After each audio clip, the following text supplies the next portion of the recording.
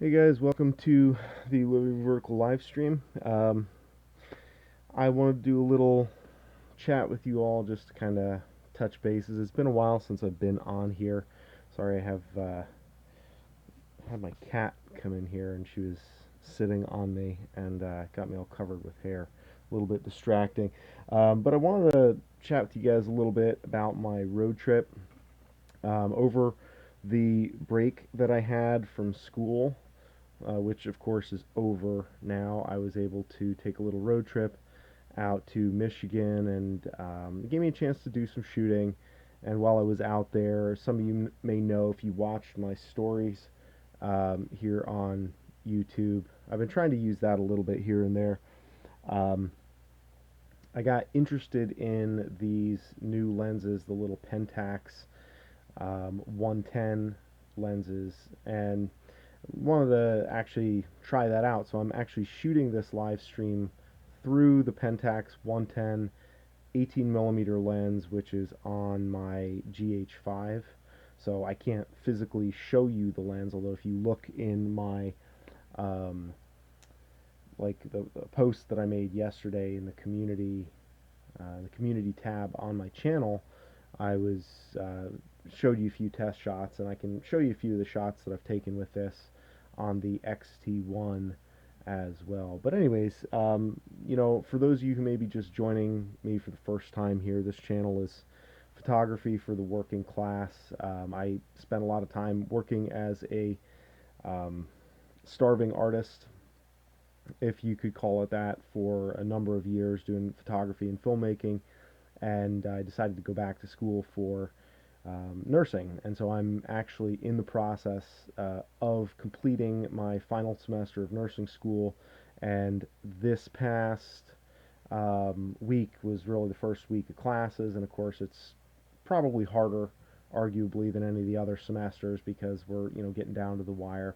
And so today I actually spent the vast majority of my day reading about cardiology and shock. And so if anybody wants to, test my knowledge with some questions about the basic functions of the heart, you can feel free to do that. And maybe we could find out if I'm learning anything or not in school. But um, I was pretty excited about the time that I took to go out west for a little bit, or Midwest, technically speaking, because it gave me an opportunity to shoot some. And one of the hardest things about being in school is, or at least for me, has been the fact that I don't have the time to do as much with my photography as I would like. And I mean, theoretically, I could carry around a camera and take pictures of, my meals and stuff. But the things that I like to take pictures of are usually more documentary format, and so my photos tend to follow a little bit of a narrative. And so that's something that I've been trying to um, do when I have the chance to. And so going out to Michigan, I went out there with my friend Andrew, and he and I have been friends for a very, very long time. Probably my oldest friend, or longest standing friend. And one of the things that I wanted to do was, on this little outing, I knew that I would be basically restricted because we would be spending most of our time in the car. And so for me, it was nice to have a little bit of a challenge in that regard, because it's not like going to the Grand Canyon where there's this big spectacular thing that you're going to shoot. It's more a matter of being stuck in the car and having to look for ways to make things interesting. And I think that it kind of, you know, I had some time to do some thinking about what I want to do with this channel in terms of photography. And I think that one of the things that I want to start bringing back at some point in the near future here is like photography challenges, and just doing these on like Instagram, where we post, we take a challenge and do like 2 weeks or so and just post photos that have like a certain theme or a certain exercise that we're trying to accomplish in them, and do that as a way to exercise our creativity, I guess you could say. Because one of the things that really came through to me in the time that I was traveling was just the value of limitations. You know, I only really had one camera, two lenses, and two fixed focal length lenses, two primes. So it's not like I had a huge amount of variety. I had two lenses for a variety of situations, and that had to work. And what that did was that enabled me. I wouldn't say that, you know, any of the photos, and I'll show you some of these here in a little bit. I don't think any of the photos are going to get me in National Geographic by any stretch of the imagination, but they forced me to see things a little bit differently and to be a little bit more focused on the creative elements of what I was working with instead of just, you know, looking for something that looks pretty. And I mean, there's some things like in nature, anyways, in landscape photography where you know, you kind of can't take a bad picture of it. And for a lot of years, I lived out in Zion National Park, and everybody would always, you know, talk about my pictures, you know, when I would post something on Instagram. But like at the end of the day, I always knew that it was hard to take a bad picture out there. There were varying degrees of nice pictures, but when you have a little more limitation, I think it's better, even though that is something that we resist and we try to avoid. I think there's a lot of benefit to that. Also, I want to do more of the photo critiques as well. That's something that I definitely want to do. And I'm probably not going to do a super long stream tonight. I'm just thinking about what I'm going to be able to do in the weeks moving forward, because I want to keep doing live streams, but I'm not necessarily sure that, you know, I'm going to um, or I want to make videos in the future too, and do video editing. It's just while school is going on, even live streams are reasonably difficult for me to do. So, hey to Abel and King Yuzi in the chat. Good to see you guys here. Yeah, definitely looking for ideas about ways to make the channel as interactive as possible. I really like the live streaming format because it's a lot simpler, has less production, and I like the idea of doing photo challenges because it gives us creative exercises, and you guys can suggest stuff to me as well. And photo critiques, it gives us a chance to think about photography and to look at different things, and you know, discuss and think about how we could do things differently. You know, and maybe we'll talk about doing photo critiques in a little bit too. I have one series of photos that I've been meaning to critique for a while, and I have to do those. But like I said before, I will put in the show notes here, the video description, my email if you want to send me no more than 5 photos, and I can do a little photo critique, and we can, you know, have some creative thought put into them. I'm not a huge photo critique guy because there's part of me that I always feel like, you know, well, who am I to criticize photos? But I think there's some value in it because if nothing else, it lets us look at that photo and think, here's what I would have done differently. Even if it's not, here's what you should have done differently, it's more a matter of like, here's what I would do in that situation. And then that opens up the perspective for, you know, other people to look at that, and they get a handful of different options that might fall outside of what they already saw. And so you kind of stretch your perspective that way a little bit. And that's kind of what I'd like to do with all of this. I think that would be a lot of fun. So let me just see if I can get this to transition over here for 3 seconds. And all right, this is my, want to make sure that the streaming software is working reasonably well here. And let's see if we get this in here. I just want to make sure. I've had some problems in the past with the streaming software not going over to the desktop view. So looks like we got that. So yeah, I'll kind of show you a couple of my favorite shots from the road trip here. And if there's any issues with this in the live stream, you can just tell me in the chat, guys, if there's anything that's not coming through here. But this is one of the first shots that I took, and I actually posted this on Instagram, and I'm actually going through all of my shots and putting them on Instagram. But one of the main things that I noted about this photo was just, it's kind of ironic that going into nursing, and smoking is obviously super bad for you, but it is one of the more interesting things that I think I enjoy shooting whenever I'm doing any kind of portrait type work. If somebody is smoking, it adds a little bit of a dynamic element, and it puts a little bit of movement into an otherwise very static photograph, or it suggests some movement. And I really enjoyed that.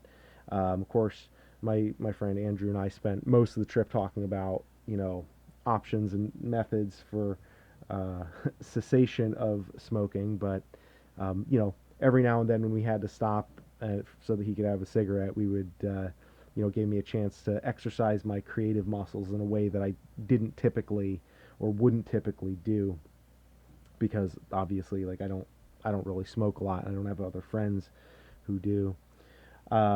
This, again, from the same like little cigarette break. I always like reflective shots, and this was just one of those things that stood out to me because I wanted to find a way that it's hard to find different ways to take a picture of somebody, and so you have to kind of put something into the foreground. And I tried moving around in other places, and there wasn't really much to see except like kind of dirty, literally dirty, filthy trash lying all over the place at this roadside pull off. And so I saw a little bit of reflection on the hood of the car and thought that might be a nice compositional element, and a nice compositional element um, to the shot. And these are actually edited. I didn't put like a lot of, not heavily edited, so there's no like manipulation of the photos, but I did add a little bit in terms of like contrast and some film grades, I guess you could say. And I've done videos in the past about kind of my editing process, but that's something that I could, if you guys have questions or comments about that, I'd be happy to, address some of that as well. And, I tried to kind of cycle through and put a little variety in the shots too, and get some that were, a little bit closer, a little bit further, that captured different elements. So it's almost like when you're shooting video, you want to shoot sort of like there's the head shot, there's the head and shoulders shot, there's the, just the upper body shot, kind of and I know there's technical terms for these that I'm forgetting. And then there's like kind of the wider shots, and so you want to always be moving in a progression between different shots, and sometimes just having a different level of closeness to physical proximity, I guess you could say, to your subject, is something that can create a little bit of movement and tell a little bit of a story along the way. This is one that I posted this one recently on Instagram, and of course I am going to be sharing all of these photos on Instagram gradually. I try to not share more than one or two a day, but there's actually a really interesting Instagram hashtag called Lonely Tree, and some of the shots are really cool and very minimalistic, because like you see a lot of minimalism, at least I do typically, more in street photography or things that are a little more um, artsy, for lack of a better term. But in natural photography, landscape and nature photography, you don't tend to see as much minimalism, and so when that does happen, it always looks really neat. And one of the hashtags that I found with that kind of helped get that across, I'll actually drop that in the chat right now. Um, Lonely Tree. It was kind of cool. So I was going for something along those lines. There we go. I was going for something along those lines, and of course, when I posted it to Instagram, the whole, trying to use the two road lines there, the white lines from the road, use those as sort of pacing elements in the photograph. Didn't really work because of the crop, but that was kind of my thought process on that one.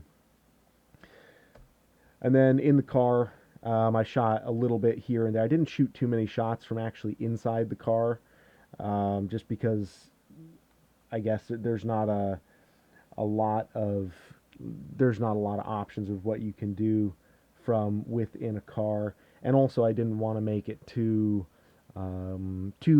invasive, I guess you could say, because that's always something that you have to think about when you're shooting in a documentary style. You're doing something with another person. You don't want the camera to become like a sideshow that becomes, either a joke and it becomes funny, and then you can't get like, decent photos in a lot of cases, or sometimes it gets in the way and it makes the other person uncomfortable. So I kept these shots to sort of a minimum. Um, got a couple of nice, candid shots of my friend Andrew driving, and and this was shot on the 18 millimeter, that actually the Fuji 18 millimeter, and that was a. I'm just trying to see which one you're talking about here. Abel says I like the composition in number 640, and that's the one with the truck there. Thank you, I appreciate that. Um, so yeah, a couple shots inside the car. Tried not to overplay that, and of course, a lot of what we were doing, the stops were, pit stops at gas stations with bad cups of coffee and fast food and stuff like that. Now, personally, I don't do much in terms of eating fast food, but when we stopped, it's still fun to go in and look around a little bit and get the character of the trip. And I typically don't like shooting in a vertical crop or the, I guess, portrait composition. But for some of these, I felt like it just worked better because it enabled a little bit more of the foreground to fit in the picture, and it just kind of worked better. I don't really know how to explain it other than I just liked the effect that it had a little bit more. But typically, I'm a big fan of landscape orientation for photos. Yeah, nothing too interesting here, just washing some windows and stuff like that. So I'm not going to spend a whole lot of time on that. One of the things that I have been really interested in has been just using light a little bit. And so I kind of saw this. One of the spots that we stopped was next to the road, and there was like this little highway department garage or whatever where they, this is out near um, Erie, Pennsylvania, somewhere in that neighborhood. And there's this, highway department thing. So I was kind of walking along the side of the road while Andrew's smoking a cigarette, and I went back and tried to get a couple shots of this. And whenever I approach a photo, I'm usually thinking from more of a realistic standpoint than an impressionistic standpoint, or using light to create the picture. I'm usually thinking of trying to have a literal representation of the item. And so this was something that I've been talking to one of my friends on Instagram about, because she had been shooting a lot with the Ricoh GR, and I noticed that she kind of fully embraced the whole like playing with shadows and light, and really making that the focus of the image instead of trying to have everything evenly exposed and nice and neat. She was doing like this really interesting contrasty stuff using light and dark, and it reminded me a lot of Alan Schaller's work, and I follow him on Instagram as well. He has a lot of really, interesting black and white photography, and it was just like a mindset shift.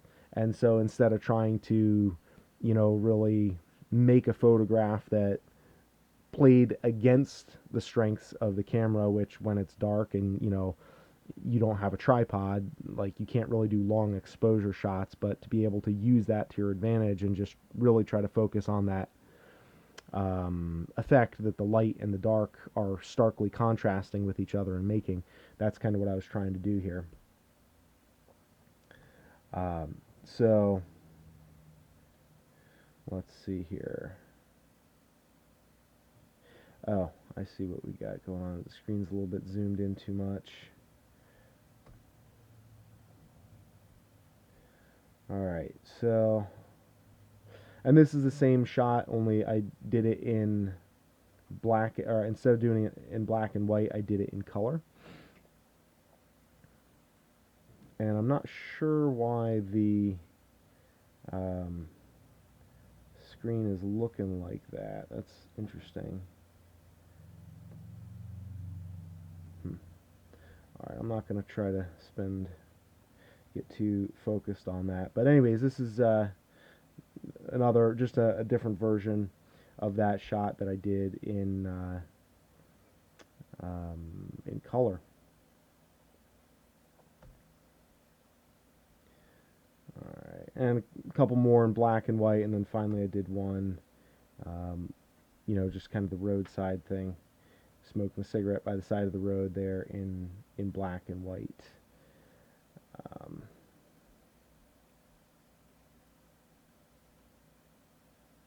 yeah, it's kind of bothering me. I'm not really sure what's going on um, with the streaming software, why it's not letting me display it as I would like. Anywho, um, I couldn't resist taking one. I couldn't resist taking one photograph of the inside of the car, um, just to see how that would come up. And predictably, it's a forgettable shot, but I thought I would throw that in there. Um, and I don't know that all of these photos have a lot that needs to be said about them. This is Motel 6 in Toledo, Ohio, and just I thought the kind of our window, the view out of the window room was interesting because it looked very dire. So I didn't pass up the opportunity to do a little bit of sort of use some reflective surfaces and to capture a couple of shots there.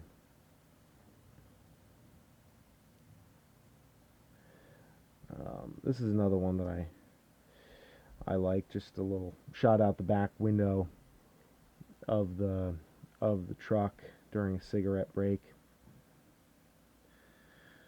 So anyways, I don't have a huge amount of detail to give you about the shots. Just that was basically my process, and um, it was good to have the opportunity to get out there and shoot a little bit and try some different things.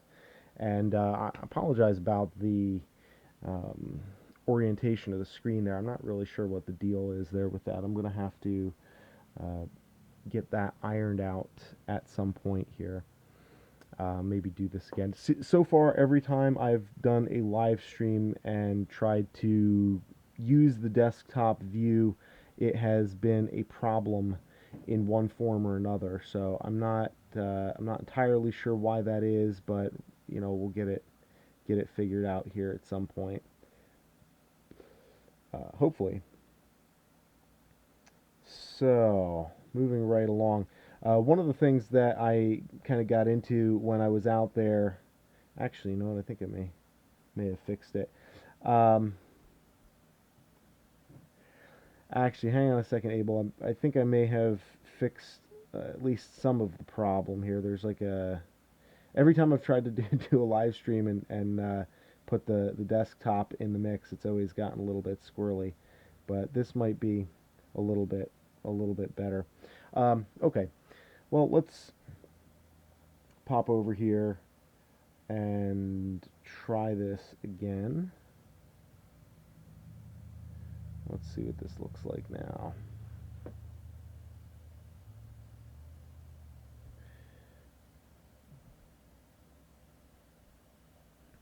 Nope. Quit. Go away. Well, let me show you some of the shots I got here with the Pentax. This is a little lens that I got interested actually while I was in Michigan.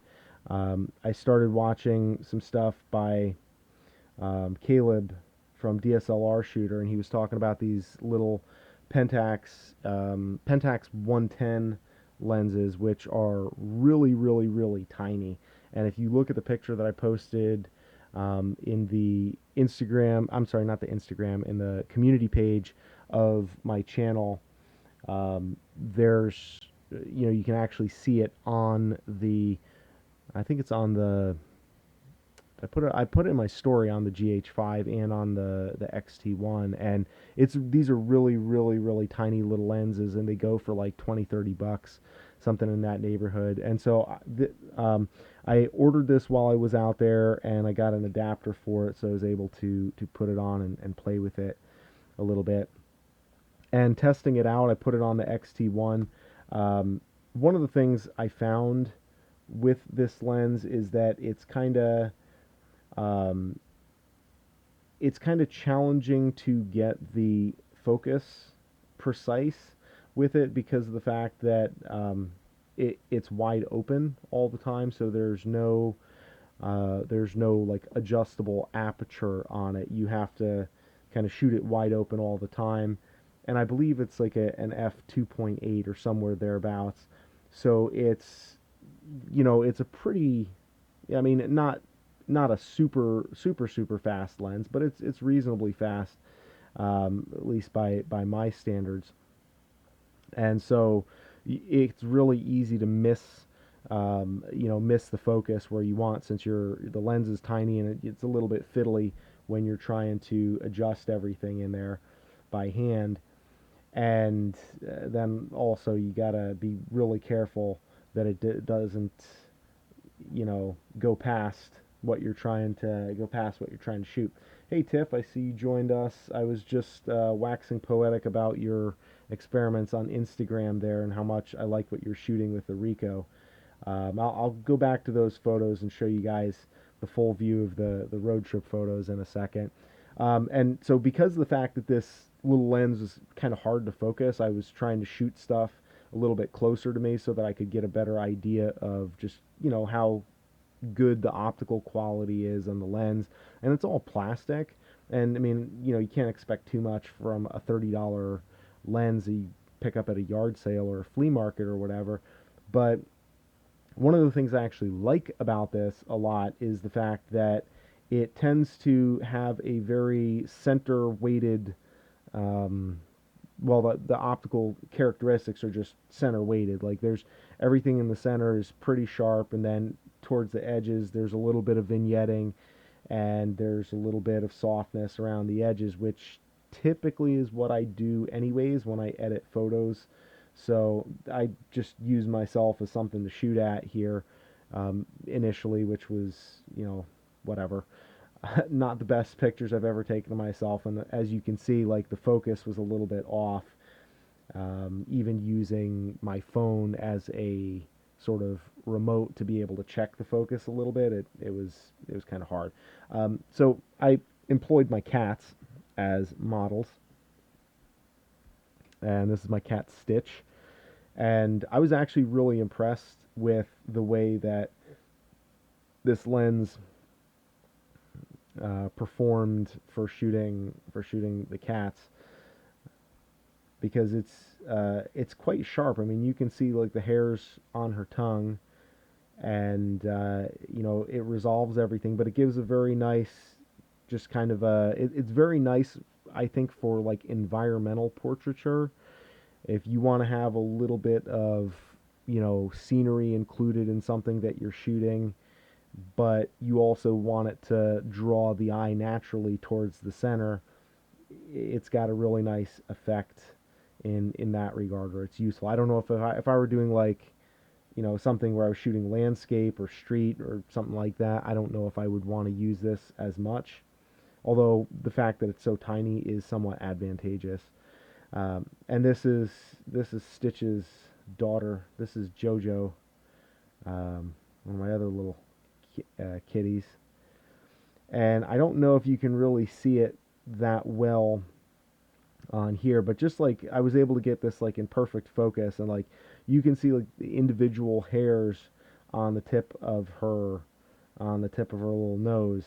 So all things considered, at least the center of the lens, which is kind of what I was expecting, because the lens is so tiny, I didn't expect, have it to have corner to corner sharpness, nor would I really want that personally. I mean, your mileage may vary, but that's not something I'm super interested in.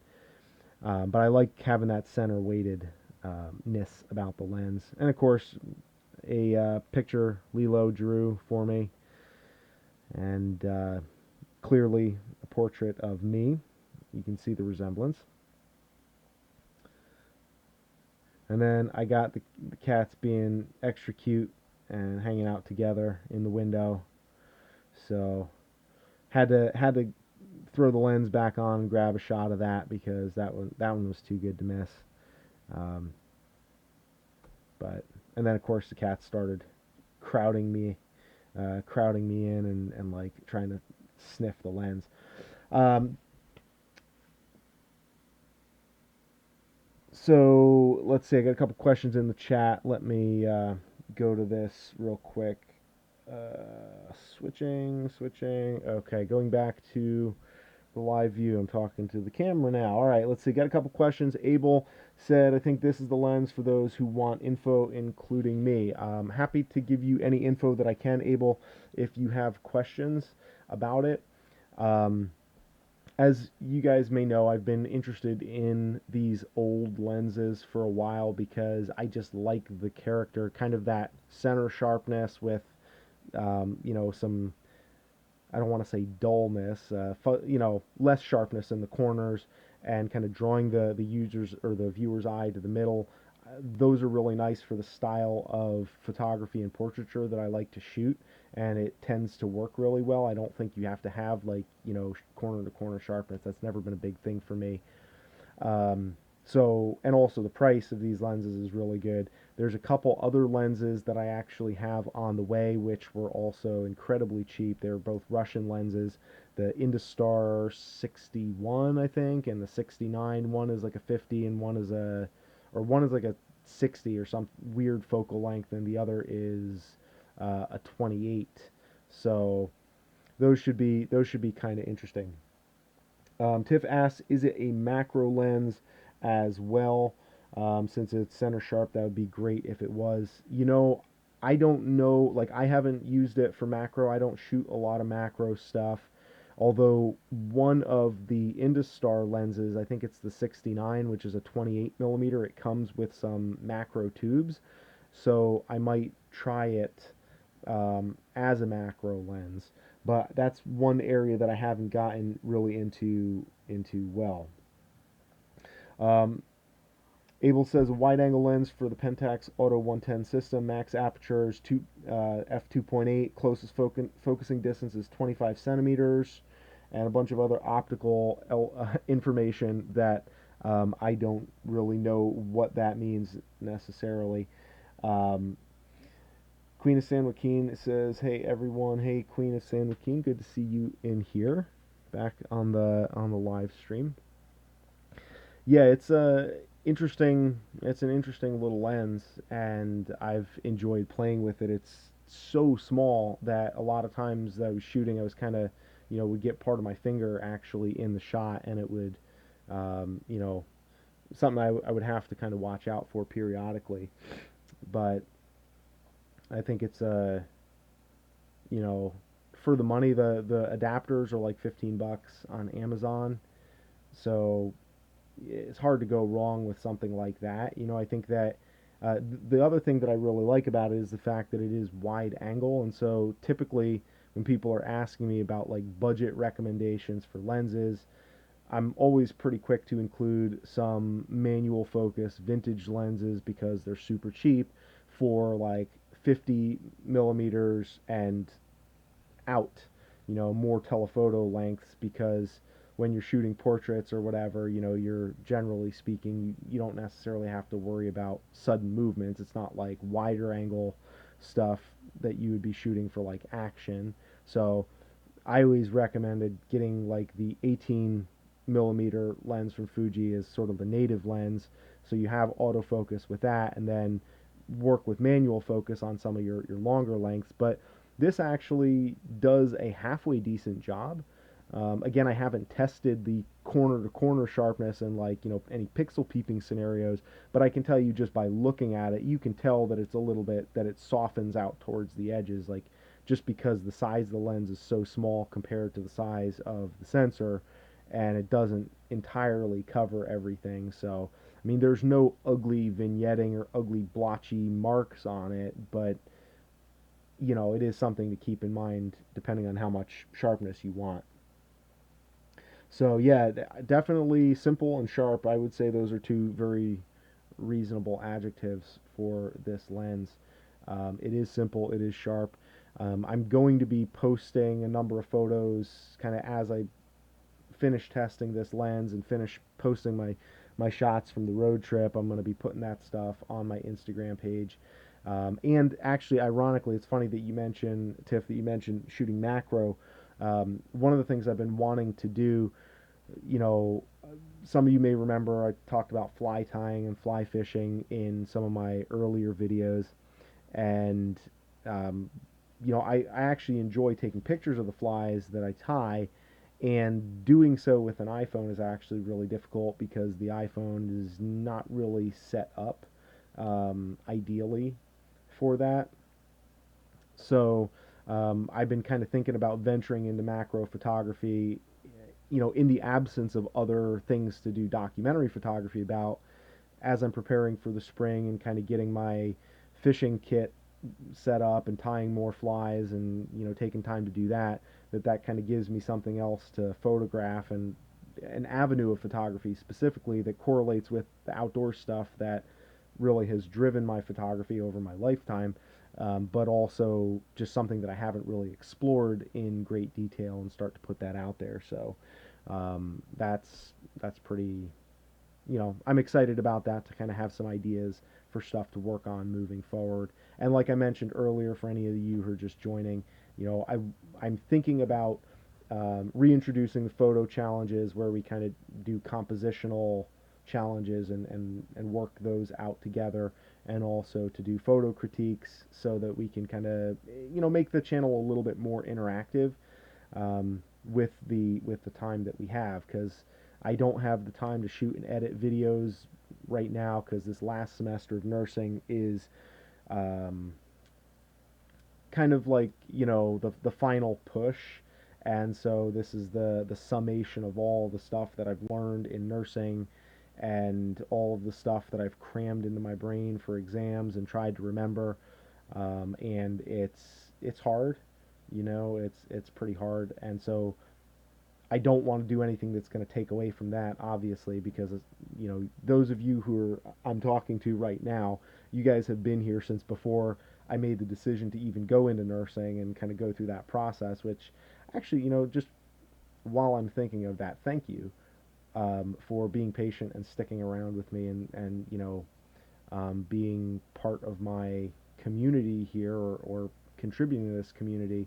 because I've kind of gone through a lot of different changes and phases over the last several years. And when I started this channel, like, I couldn't figure out whether it was about climbing or diabetes or whatever, the elements of my life, and then kind of going through upheaval and divorce and changing careers like all in one shot.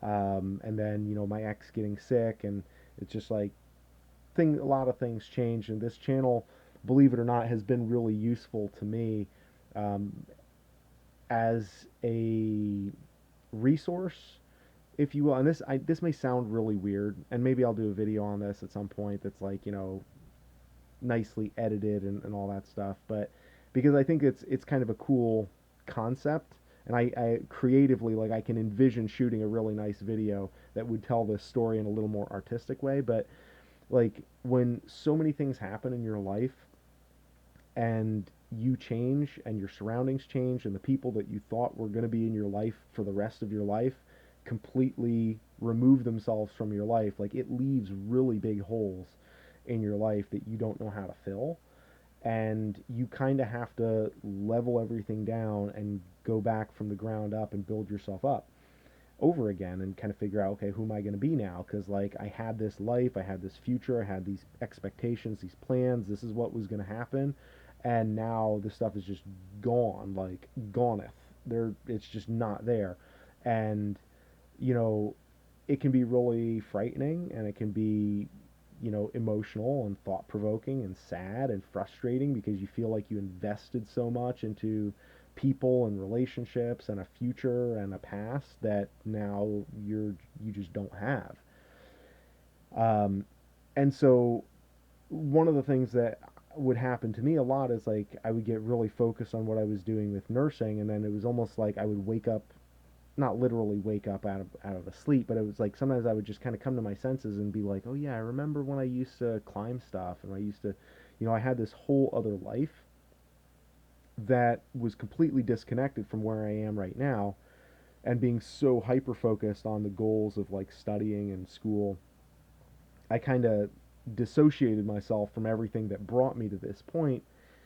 And it's been this channel and making these videos, and even videos from the past predominantly, um, and sharing my experiences with you guys, that actually created sort of an archive for me of things that when I was kind of wobbling a little bit, it enabled me to go back. And this is still an ongoing process, very much so. Um, you know, but when I'm just like, I wake up, I'm like, who am I? Where am I? What the hell am I doing here? Like, this is so. And I look back at some of my videos, I'm like, I used to travel all over the world and climb mountains and do like badass stuff. And now I'm like, struggling to get an 80 and like my cardiology tests at a community college in upstate New York. Like, what the hell? It's just so, it's so odd. And like, but this channel has served as a repository to help me remember who I am, because right now, like, I've had to erase a lot of that stuff off this hard drive. It's like I've deleted memories to say, okay, I got to create space for new stuff that I need more at this time to get back to that spot where I was. And so I have to kind of forego those things. But this channel has allowed me to keep those things still in an accessible manner. And I think that's one of the things that really is important about photography in general. Whether or not you're making videos on YouTube or however you're doing it, whether you're printing it or publishing it online, I mean, I think there's very strong arguments specifically to be made for printing it, um, which I've made at various times. I'm sure all of you know already, but um, it's just there are certain times when I reflect on the trajectory of this channel, and I'm like, I feel very blessed, very lucky, very fortunate to have friends like you guys that take the time to pay attention to what I post, and share your stories and your life and your pictures with me. And um, I think that's really the beauty and the value of photography as a whole, is that it gives us an opportunity to reflect more effectively on our lives, and to put ourselves back together, because invariably life is always full of events and things that wipe the hard drive or destroy parts of the hard drive, and we have to always go back and pick up the pieces. Or if in the absence of that, we have to make it up as we go along. And I think there's value to doing both. Don't get me wrong, because there's some things that are better left in the past that you don't want to carry forward with you. But having access to so much creative content that I made, even though most of it honestly did not get very much attention on YouTube from a YouTube standpoint, although I think that the I mean, it's not awful, I guess, but I shouldn't say it's awful. But the first, like, my climbing movie of the Project 365 that I did, I mean, I don't think that's my best work, but that's gotten a lot of views. And there's a couple of things I did when I went out to Standing Rock in 2016, that brought a lot of people in and stuff. But a lot of the stuff that's very personal to me, that I've gone back and made little clips of, and that I save on my phone, or that I like have, you know, triplicate, redundancies made of those little moments. It's stuff that I shot trying to share my stories with you guys, and a lot of those never went much beyond this small circle. They never blew up the internet or anything. But I'm so glad that I had that motivation and that accountability to do that, because now I have these things for, and copies of them in case. I mean, obviously, an EMP could just like blow everything up, and then nobody has, you know, running water or electricity, and then this is all moot, right? But um, print your photos, then you don't have to worry about that. So there's that. There's my missive about printing photos, because you know, catastrophes can happen. Um, yeah, and it's, you guys really helped me to figure things out in a lot of ways, because there was a time when I was really struggling to figure out, you know, like, what is this channel going to be about, and I got really like wrapped up in trying to make it successful, and then kind of having to step away from it for this time has enabled me to then kind of come back to it and reapproach it with a little bit more of a casual attitude, because it's just my channel. I don't know what that means. It's, you know, I talk about stuff that I'm interested in with people that I like, and that's got to be good enough. You know, and it's, at the end of the day, there's some photography. There's eventually going to be some outdoor stuff once I'm able to get my rear end out of the house and go outside and go fishing and take you guys on some hikes and show you some of the other stuff that I'm up to. But for now, this is it, and that's been really cool. Um, yeah, it's good. I'm just reading through some of the comments here. Tiff says, "You reached out with YouTube, and with Instagram, we reached back." Very true. Your life changes were part of it and took you away for the moment, but the creativity is still there. And thank you. That's definitely a struggle, I guess, to try to keep that creativity there. And one of the things that, you know, since I'm dishing out life advice, um, I think that it's worth noting that creativity is something that a lot of people, I mean, speaking from personal experience, anyways, I spent a lot of time trying really hard to be creative and to push myself to make this channel go. And there was just, it just, the fire died. And I think that it's important for us to be sensitive to kind of how we feel about creative pursuits, because when you're not feeling it, it's okay to walk away. You know, like, if you walk away sooner than later with, at least with creative stuff, you walk away sooner than later, I feel like there's a much better chance that you take that break, and then you'll leave yourself more to come back to than what you even realized was there and what you anticipated. And then you'll be happy you walked away, because you didn't completely smother that desire to do creative stuff. Um, you know, and if you push too hard too long, it's miserable, and then it's something that you ruin completely, and you can never go back to it. And you know, it's interesting, because that's kind of where I am with climbing too. Like, since I've been away from climbing, I've, you know, kind of enjoyed not being into climbing. I've gotten more into like shooting and guns, and um, I've gotten more into fishing and paddling. Um, you know, I've gotten into different things now, and so it's like it's opened up different pursuits and different things. And I think at some point I probably will get back into climbing, but it'll be nice to kind of have that. You give it time to breathe, and I think the extent to which you push on something is almost the extent to which you have to stop pushing and back off and leave it alone and let it breathe. And I've pushed for a long time with climbing, and so it may be a while. I might be older and grayer before I get back to it, to the point where I can, um, you know, do that. But the good news is there's always tons of other things to do, and other things that inspire one to take out a camera. So, anyways, I know that was a little bit ranty, um, but I just, while I was thinking of that, I wanted to share that with you guys. Um, Queen of San Joaquin says, "I've done that too. Reflection in old videos can be eye-opening." Definitely. Definitely some good reflection there.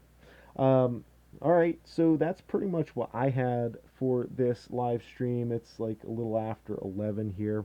Do you guys have questions, comments, things that you want to talk about? We can hit on some of that stuff. I have right now, I have just those two Russian lenses coming, which they'll be here sometime by spring, given the way the, you know, the indications with the way they were shipped. Which, I mean, I can't complain. It was free shipping on eBay, so, you know, whatever. Um, but I look forward to kind of testing those out and playing with those and talking to you guys about those a little bit more. and then, you know, doing a photo critique on here. And again, I will put down in the description my email. I would love it if you send me a couple of images that you'd like me to do a critique on, or that we can critique together, I guess, would really be a more appropriate way of saying it, because it's not like this is for my creative brilliance. It's not like, you know, I mean, if you see some of the shots that I've taken, and like scroll back to the beginning of my Instagram, there's plenty, and I've kept almost all of those shots there.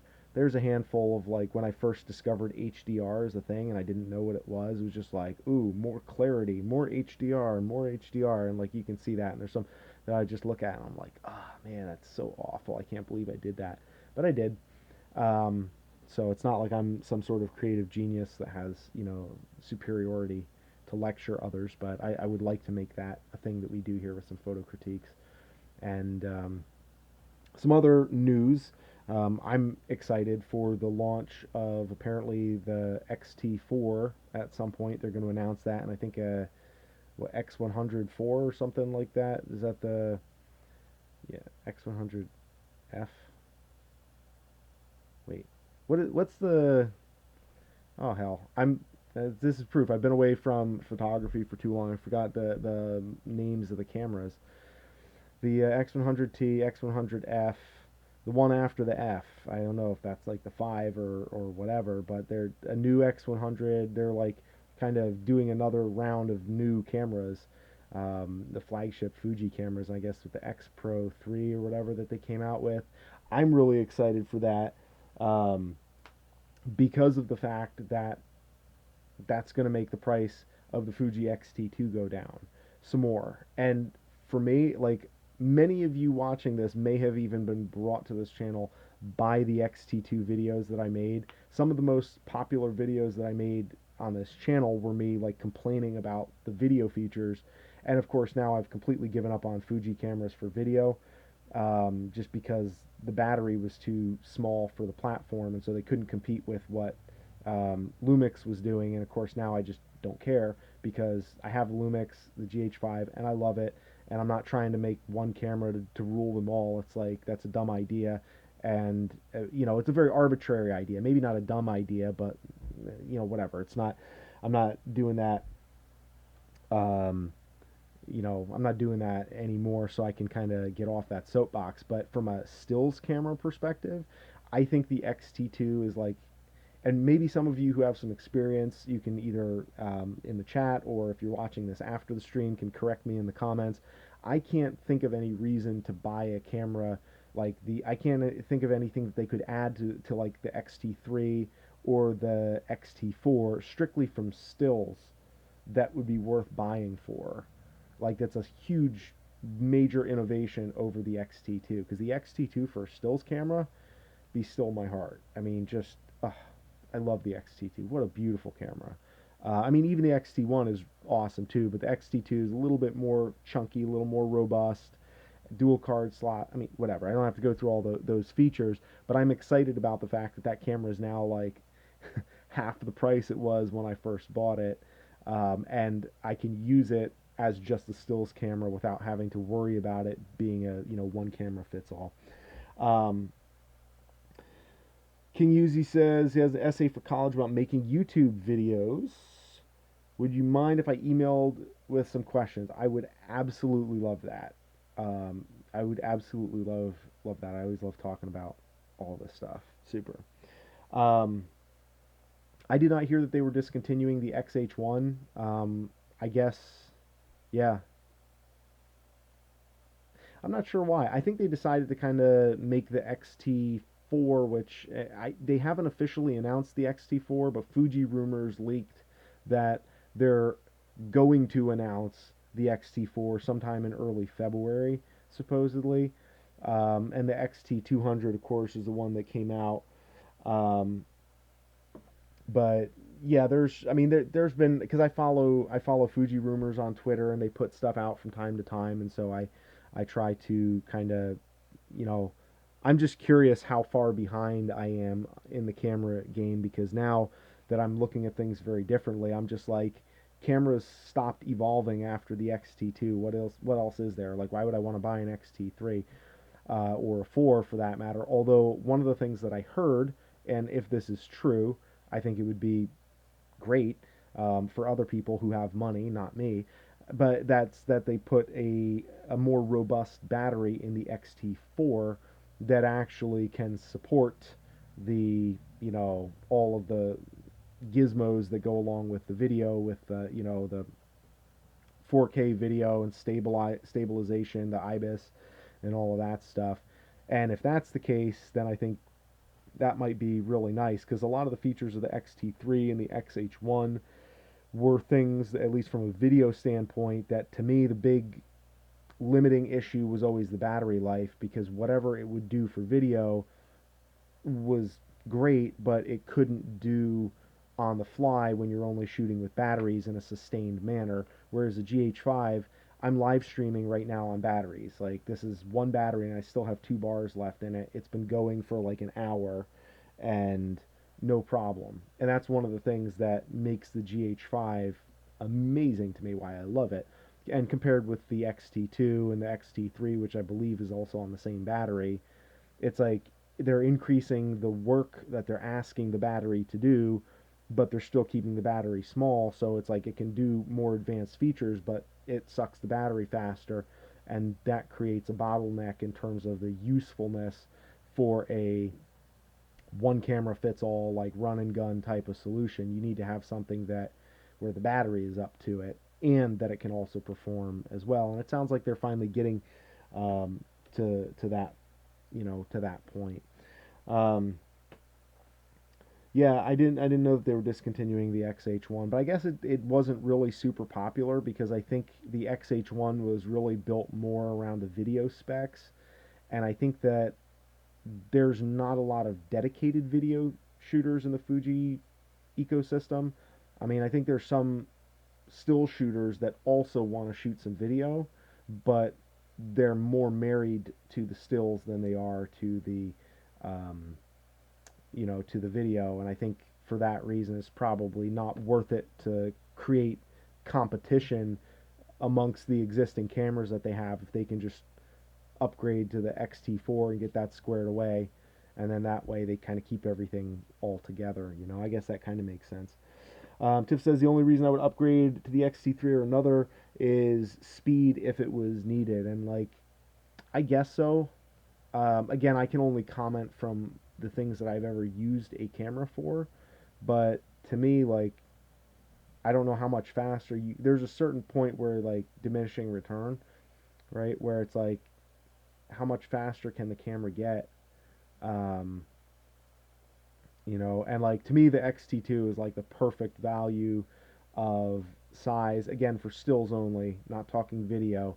At least the way I shoot video, the size, the body composition, and the robustness and the feel of the body, and the size of the images. That 24 megapixel image is just, I really like it.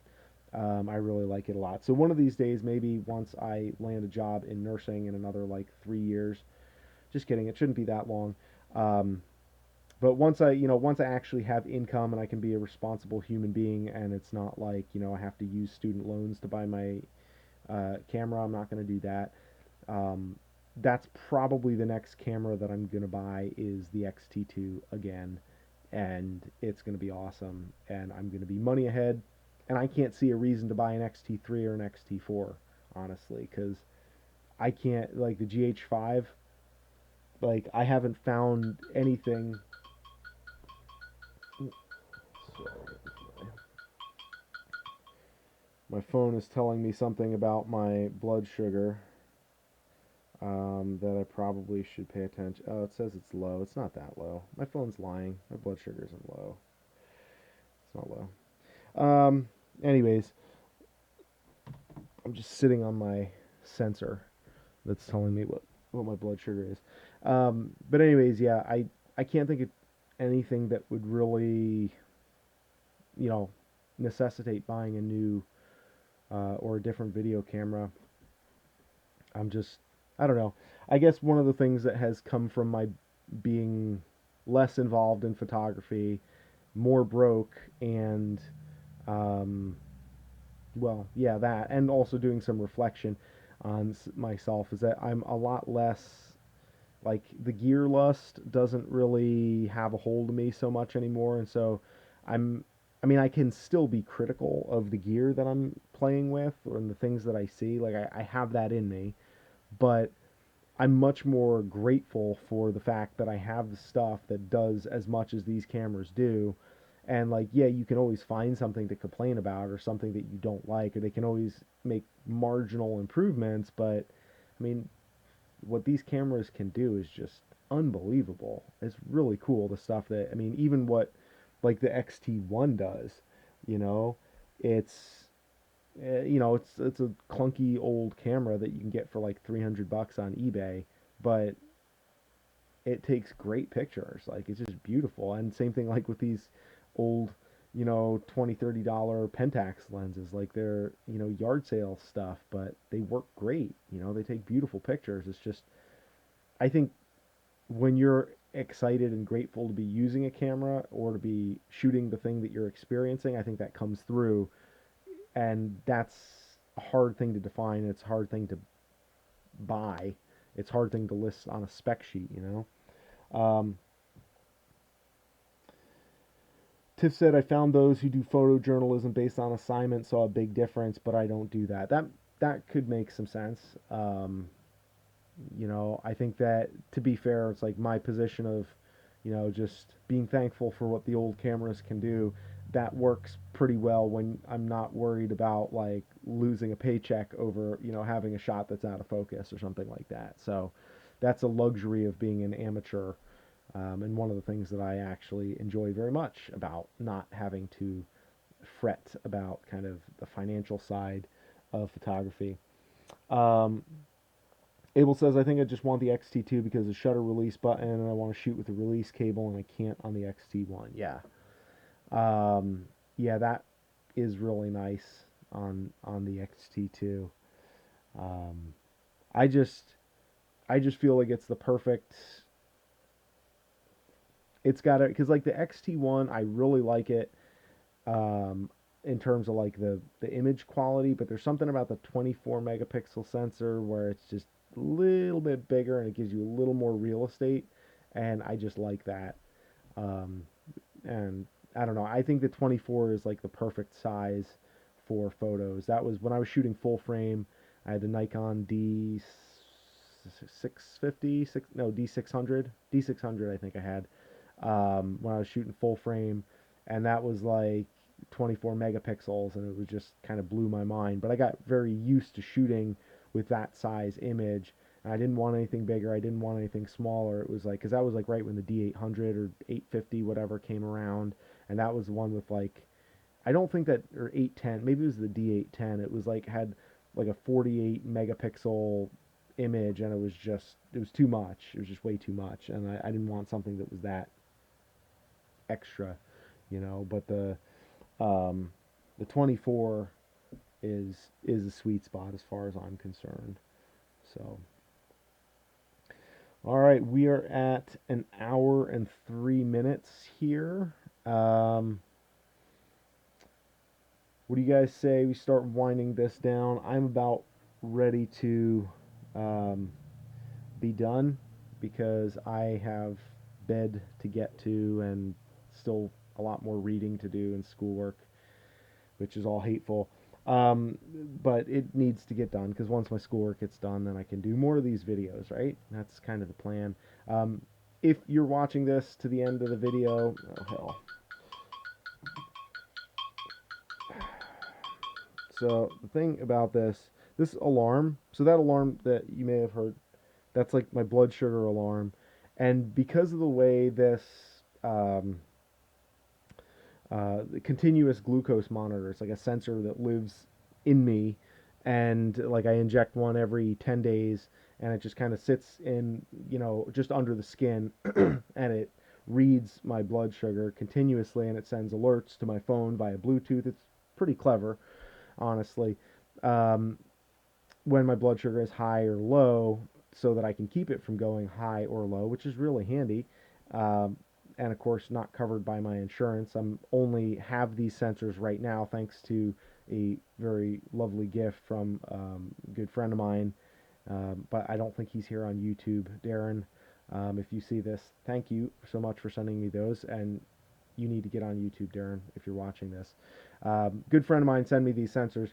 Anyways, the way that they designed their product, according to the FDA, is that you can't silence the low alarm, so that like it basically overrides all your volume controls on your phone, and you can be in the midst of trying to wrap up a YouTube video, and it's just going to blow up regardless. There's nothing you can do about it. So that's always interesting when I'm in school, because of the fact that they frown on phones that make noises, but it's nursing. So I'm like, hey, I have a medical thing here.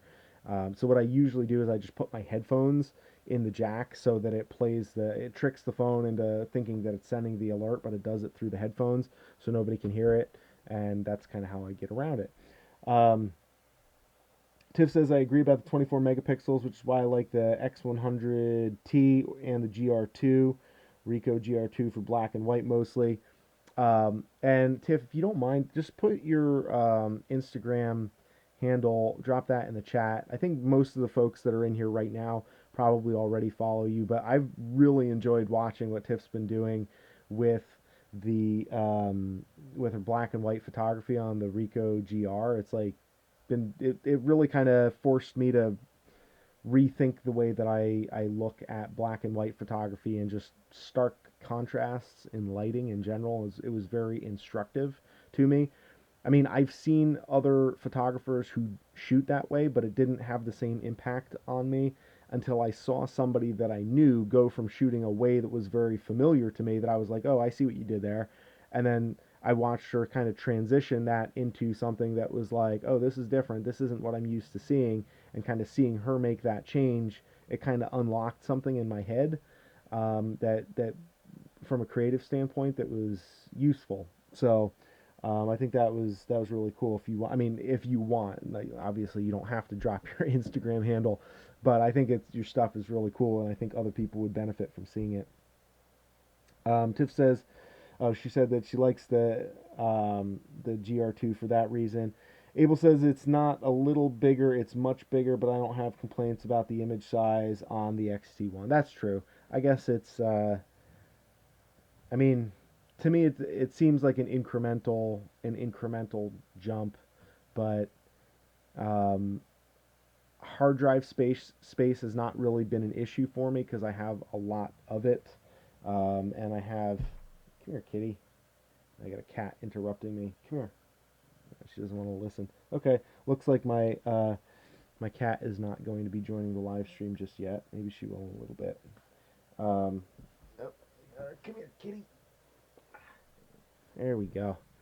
This is Panda Pants. And she likes to jump up on my desk and mess with my computer and knock my pictures over. And she's really chunky. Look how fat. She's so fat. She's chunky. But I really like her. She's really sweet. She's a sweet kitty. She loves playing tummy rub rub. I don't know if you ever watched South Park, but I think Cartman's cat plays tummy rub rub. Or maybe it's, yeah. Alright, then she gets annoyed, then she wants to go. But, anyways, yeah. Kitties make me lose my train of thought.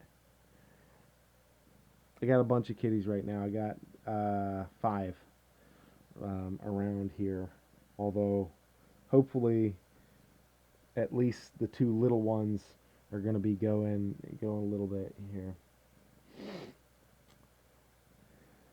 Yeah, well, she can't make up her mind what she wants to do, whether she wants to be a YouTuber or not. She's just kind of, she's all over the shop here. She likes to like go and sneak in behind my hard drive. I have like a 16 terabyte hard drive that's under the desk, and she'll go in there and lay back there. But sometimes she likes to go on my desk and like knock down all my pictures and stuff. I'm not a fan of that. Peter Kent is in the chat. Hey, Peter. Good to see you here. You caught us on the tail end of the live stream. This probably looks funny, but like I'm holding my cat here still, which she's off camera, so you can't. You know what? Let me change the just change the view here, and this way we can see. You can see Panda Pants. So we have, yeah, this is a lot of cat. It's funny because her mom isn't that big, but she got chunky. This one, she's a chunky kitty. I don't know. Trying to, well, I guess the winter time too. You know, the cats get a little bit. Okay, go on. The cats get a little bit extra heavy. Um, you know, putting on a little extra girth for the winter time so they can stay warm and whatnot. She spends a decent amount of time outdoors too, so there's that. Anyways, um, I am fixing to get off the live stream here now because I got to get everything put away and get stuff situated for tomorrow and then school next week. I appreciate you guys taking the time to tune in tonight. If you're new here or you haven't already subscribed, I would love it if you subscribe to this channel. Like I mentioned earlier, going to be trying to do some more photo challenges in the coming months and also photo critiques, and I will put info for email address where you can send your photos, like up to 5 photos maybe, via email to me, and I can use those for critiques when we go along, and that way we have a little bit more interaction here on the channel, make it a little more fun. um, I appreciate you guys taking the time to participate and be part of this channel both now and, as I mentioned earlier, over the years. I appreciate you guys being here and making this channel something that's I can do, something that we can have and that we can all kind of contribute to together. I think is hopefully the goal where we're going with it. So you all have a good night. Sorry for the late live stream again. Part of the reason why I've been doing these streams later when I do them is because I got to work around my dad, and he's in a small environment here, so I'm making do with limited space and a suboptimal recording space here. So um, just we do it when we can, and hopefully the replays are, it's almost as good the second time around. I don't know. Live streams usually aren't that great the second time around, I guess, but I always leave these up on YouTube so other people, if they miss them, if they want to, kind of skip through, they can get a little bit of that, and that's all good too. So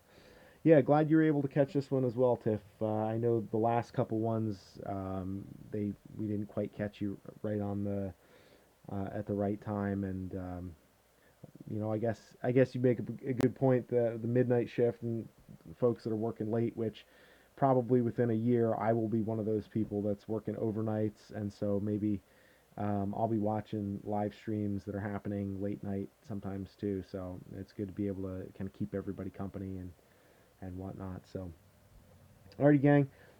Thanks again. Subscribe. I'm going to be sharing out all the photos that I kind of alluded to or that I started going through here. I'm going to be sharing those out on Instagram. And so if you want to kind of get a little more of a look there, just kind of follow along on Instagram. And otherwise, thanks and have a good night.